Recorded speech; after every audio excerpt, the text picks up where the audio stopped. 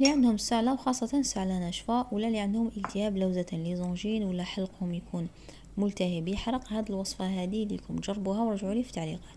جيبوا عسل نحل يكون نوعية مليحة وما فيش السكر، وديروا معاه خل تفاح ثاني يكون مليح، خلطوهم. تقدروا تستعملوه بهذه الطريقة 3 مرات 4 مرات في النهار.